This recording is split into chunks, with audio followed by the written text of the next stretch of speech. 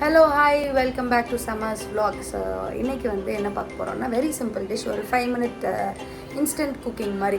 So வந்து யூஸ்வலாக பிள்ளைங்களுக்குலாம் ரொம்ப பிடிச்ச ஒரு இன்ஸ்டன்ட் டிஷ்ஷு. அது நான் பண்ணல, எங்கள் அக்கா பண்ண போகிறாங்க.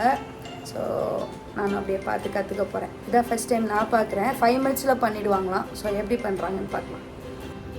Chicken liver, okay.